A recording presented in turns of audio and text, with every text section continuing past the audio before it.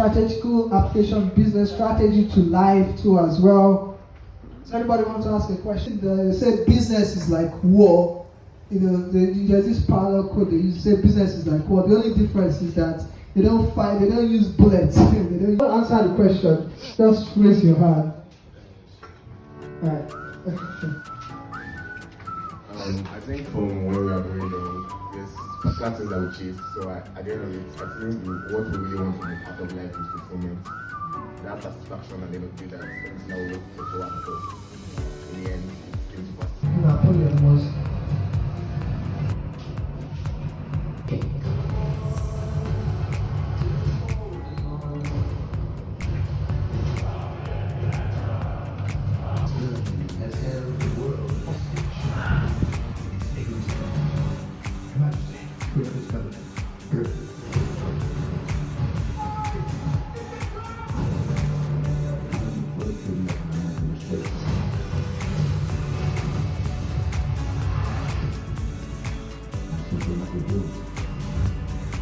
the period 17 late 18th century to the early 19th century, and he was a man of he was a great man basically, because he literally at the time was in control of most of Europe. I guess if you look at, there are a lot of countries in Europe, so you can imagine how one person, being the emperor of the French, having control over a vast empire.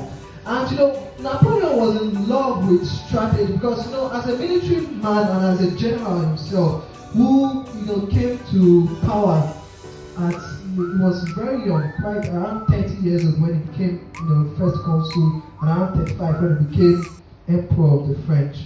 And one thing about Napoleon in terms of strategy itself was that when you go into war, when you see chess and we are trying to plan ahead, we're trying to think, okay, what can we do here? How can we navigate certain situations? How can we navigate certain positions? What's the best move to play?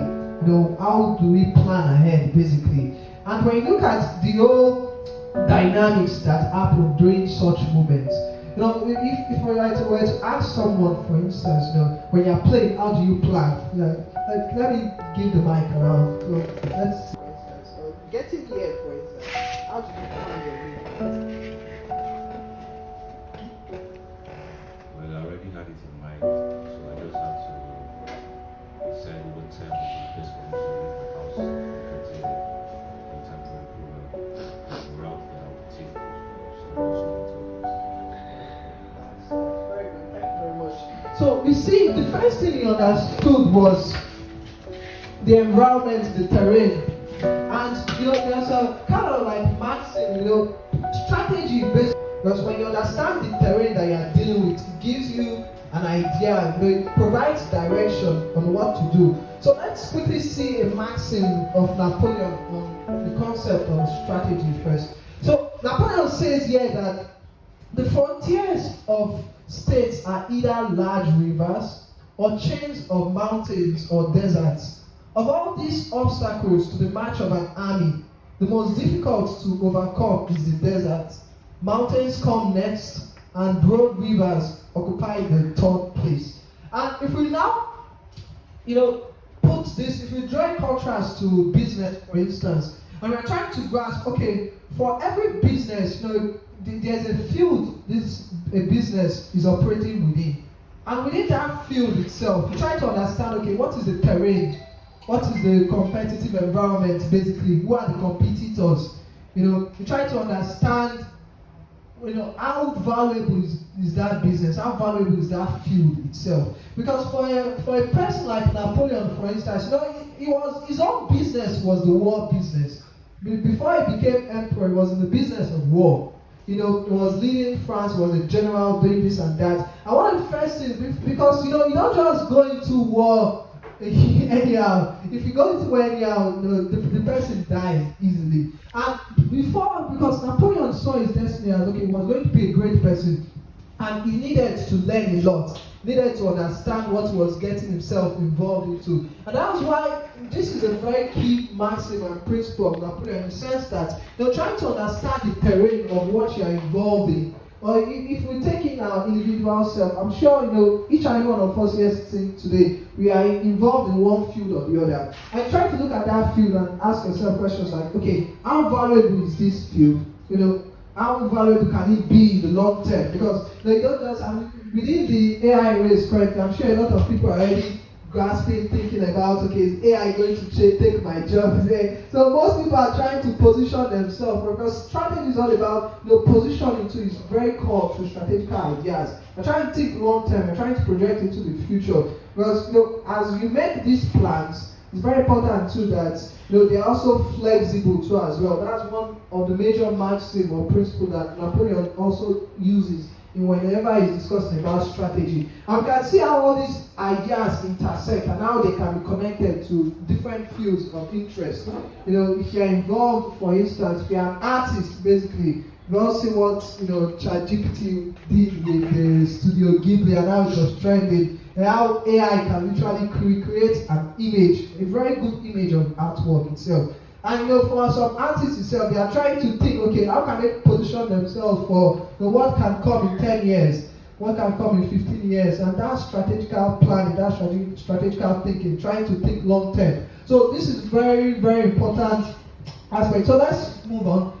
So another maxim again is, it says here, in forming the plan of a campaign, it is requisite to foresee everything the enemy may do, and to be prepared with the necessary means to counteract it. Plans of campaign may be modified ad infinitum according to circumstances.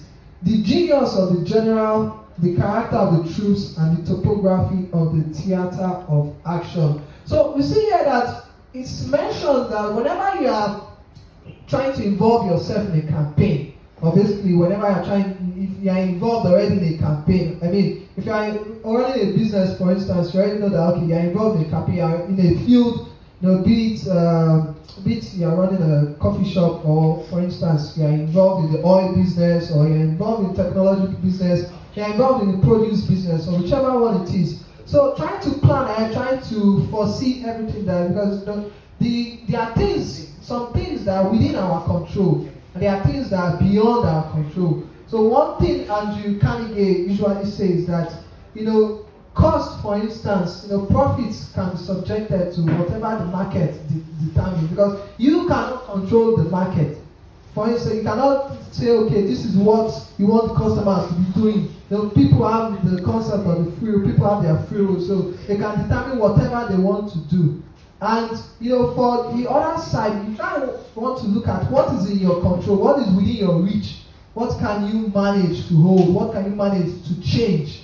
So whenever you recognize, okay, these are the things you can actually change, it guides you, gives you direction on what to actually do about, especially if you are involved in if you find yourself in a very difficult situation, for instance. It gives you ideas on how to navigate forward. So we see here, the plans of the campaign may be modified ad infinitum.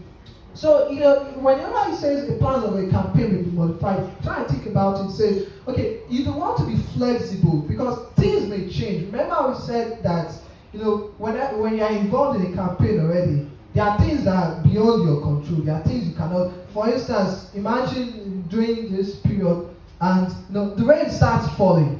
Obviously, you can't control that. If you are working on land, when armies are marching on land, the old mud, especially if they are working on a muddy area, it becomes very difficult to move your troops around that part. That's something you cannot control. It's natural. You can't control it. So you try to navigate, you try to adapt to the situation. That's one of the important things about strategies. Adapting and being flexible whenever the time comes. So you want to be prepared, you want to be flexible to navigate around. So let's see the third maxim here. Wars should be governed by certain principles, for every war should have a definite object and be conducted according to the rules of art.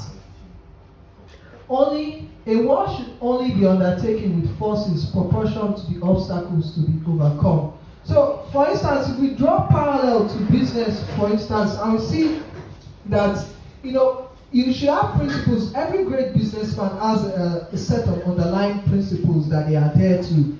For instance, when I was reading that of Rockefeller, it said reputation matters a lot in business. That people do business with you based on, especially if you've been involved in that field for quite a time. You form relationships, you form networks, and the reputation matters a lot because it's very easy for a reputation to get damaged. A very slight thing can just break or destroy what somebody has been building for over 20 years, over 50 years, to just be broken down within a second or a minute. So, because reputation matters a lot, and it's a very core principle, and if you draw parallels to some of Napoleon's maxims, which there should be a definite object. You should try to identify, for instance, what are you trying to do here? If you are trying to make a strategical decision, and you are trying to say, you want to improve on your numbers and your sales, the volume of your sales, for instance, you're trying to think, okay, how can you navigate around that? You're trying to plan, okay, what do I need? And that's why Napoleon says, if we draw parallels to this, it should be conducted according to the rules of art, and it should only be undertaken with forces proportional to the obstacles to be overcome. So you're trying to also recognize what are the resources you have, because it's very easy for we to be less conscious of the resources that we have to our advantage. Because there are some resources. There was a time when Walt Disney was building Disney in the early years. And we saw Walt Disney try to make use of every resource that he had, because they started the whole idea of sounds put in animations. Because before, people didn't think that you could put sounds in animations and make the whole thing talk and so. So one of the things Walt Disney did was that as he was adding sounds, they had a dog, and I'm not sure most of us have seen Mickey Mouse. I know we've all have grown such things, but and during that moment, one of the things they did was employing the dog sound. So they were projecting some of the dog vocals into their sound system that they had there. And that was a resource that they had. But imagine you thinking that, okay, the dog is just there, you just realize that, what can I use this dog for?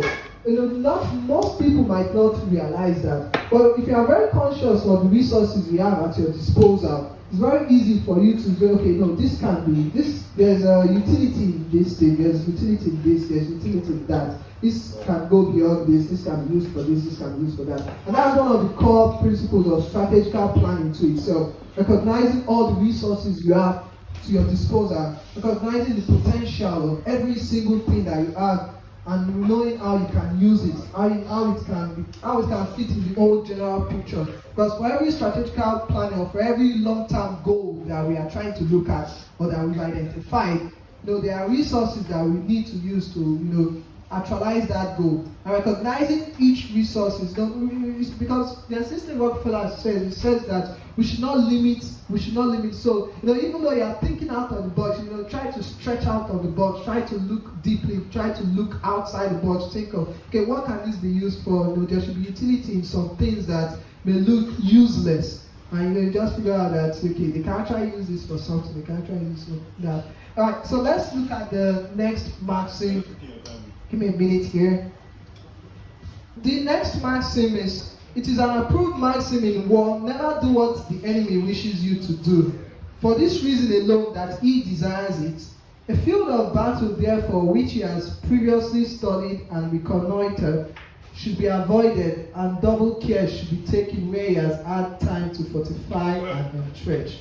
One consequence deducible from this principle is never to attack a position in front, which you can gain by turning. So what this basically means is that, when you are involved in a campaign or whichever thing you are doing or whatever you are trying to do, you don't want to do what your competitor wants you to actually do. Because you have an idea, you have a goal. Your competitor might not want the best for you. And if you fall into a trap, you just figure out that, okay, your business just shuts down. There are businesses that actually shut down due to that. So in the whole, in everything, the whole scenario, the whole nature, the whole atmosphere, the terrain itself, I try want to figure out, okay, what do you want? Because if we ask ourselves the question,